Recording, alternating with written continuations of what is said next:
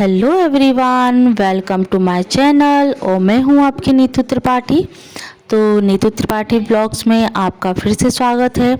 जो मैं आपके साथ कुछ थोड़ी सी किचन टिप्स लेके आई हूं, जो मैं आपके साथ शेयर कर रही हूं। तो फ्रेंड्स, जब हम पहली बार किचन में जाते हैं और हमें मॉर्निंग में किचन साफ़ मिलता है और हमें बनाना है दोपहर के लिए लंच बनाना होता है, जब किचन हम साफ़ करके ही निकलेंगे तो हमें हमेशा क्लीन साफ़ रहेगा हमारा किचन। और इसकी वजह से ही हमारी जो टिप्स है वो आपके लिए है।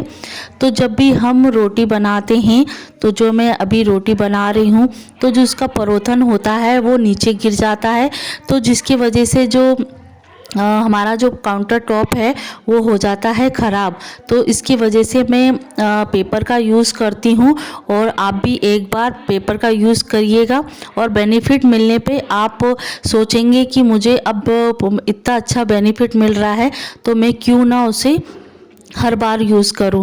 तो रोटी बेलने पे जो परोथन गिरता है तो वो आप समेट के कहीं भी डाल सकते हैं, या आप उस चीज़ को गाय के लिए भी डाल सकते हैं। जो बच जाता है तो वो किसी काम का होता नहीं है, तो आप पेपर भी यूज़ कर सकते हैं। वो पेपर तो हर जगह हर घर में होता है।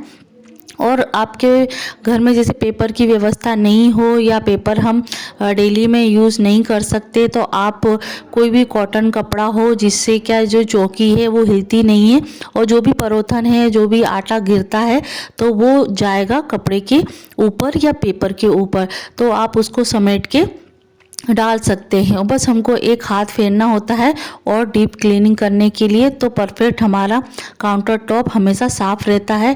तो अब ये है दूसरी टिप। जब भी हम खाना बनाते हैं तो हम जो बड़े वाले बर्तन होते हैं वो ऐसे की ऐसे ही रख देते हैं, जिससे क्या है जो जब हम बर्तन मांजते हैं तो उसी समय हमें याद आता है कि हमें बर्तन खाली करने हैं। जब भी हम सब्ज़ी बनाते हैं ना, तो उसके बाद ही हमें छोटे बर्तनों में सब्ज़ी को कर देना चाहिए, जिससे क्या बर्तन का भी पता चलता है कि इतने बर्तन हो गए हैं, और जैसे ही हमें थोड़ा सा भी मौका मिले तो हम बर्तन भी मांज सकते हैं। और यहाँ हमारा देखिए काउंटर टॉप भी साफ़ हो गया है और बर्तन भी खाली हो गए हैं।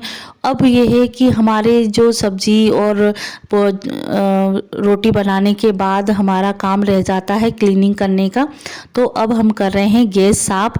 और जब भी आप रोटी बनाएं, खाना बनाएं, तो तुरंत ही गैस साफ़ कर दी जाए तो ज़्यादा ठीक रहता है, क्योंकि किसी भी काम को छोड़ देना एक तरीके से मतलब नुकसान ही होता है। क्योंकि जब एक्स्ट्रा काम आ जाता है ना, तो ऐसा लगता है कि ये भी काम कर लें, वो भी काम कर लें।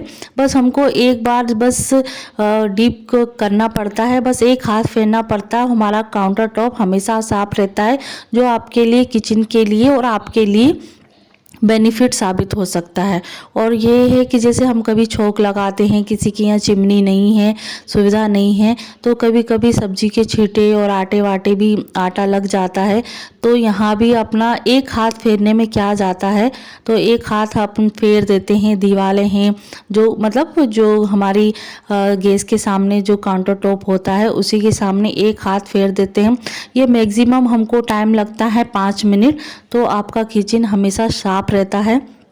अब यह चौथी टिप्स है, जो एक न्यू कपल्स के लिए और न्यू जो नई गृहस्थी बसाना चाह रही हैं तो उनके लिए बेनिफिट है इस चीज़ के लिए।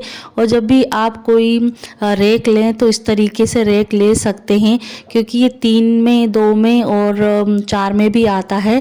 तो आप जिस तरीके से लेना चाहते हैं तो उस तरीके से आप, वैसे आप ये इस टिप को बहुत तरीके से जानते हैं जिसकी शादी हो चुकी हैं और जिनको काफ़ी टाइम हो गया है शादी हुए, तो फिर भी जो अभी नए हैं, कपल्स बन रहे हैं और जिनकी नई नई शादियां हैं, मैं उनके लिए भी ये बताना चाहूँगी। तो इसमें आलू, प्याज, लहसुन सही तरीके से जम जाते हैं, क्योंकि ये अलग अलग रैक बने रहते हैं तो इनको डिवाइडर की तरह यूज़ किया जाता है, तो ये मिक्सिंग नहीं होते हैं और ढूंढने में भी दिक्कत नहीं होती है। और इसके नीचे आप पेपर बिछा के भी यूज़ कर सकते हैं, जिससे क्या जो उसका कचरा है वो दूसरे डलिया में नहीं आएगा। अब ये है पांचवी टिप्स। जब भी आप कोई प्याज आलू छीलते हैं तो एक प्लेट ले लीजिए, कटोरी ले लीजिए, या कोई डलिया आती है प्लास्टिक वाली, उसका यूज़ करके जब भी आप कोई भी कचरा है वो एक तरीके से हो जाएगा, क्योंकि जिससे ना हमारा काउंटर टॉप साफ़ रहता है, इकट्ठा काम नहीं बनता है।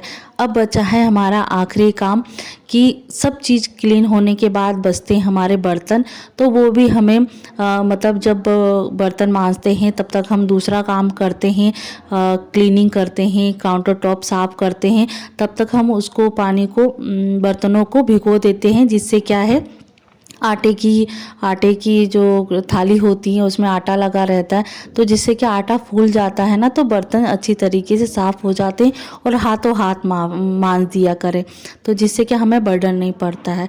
अब ये है आखिरी टिप्स, छठी टिप्स है। जब भी कोई मेहमान आता है या घर में भी कोई शाम का नाश्ता कर रहा हो या सुबह का नाश्ता कर रहा हो, तो ज़्यादातर सभी शाम के टाइम पे स्नैक्स खाना मतलब पसंद करते हैं चाय के साथ में, तो वही मैं दे रही हूँ। तो यहाँ जो मैं एक क्लिप है वो उसका यूज़ कर रही हूँ।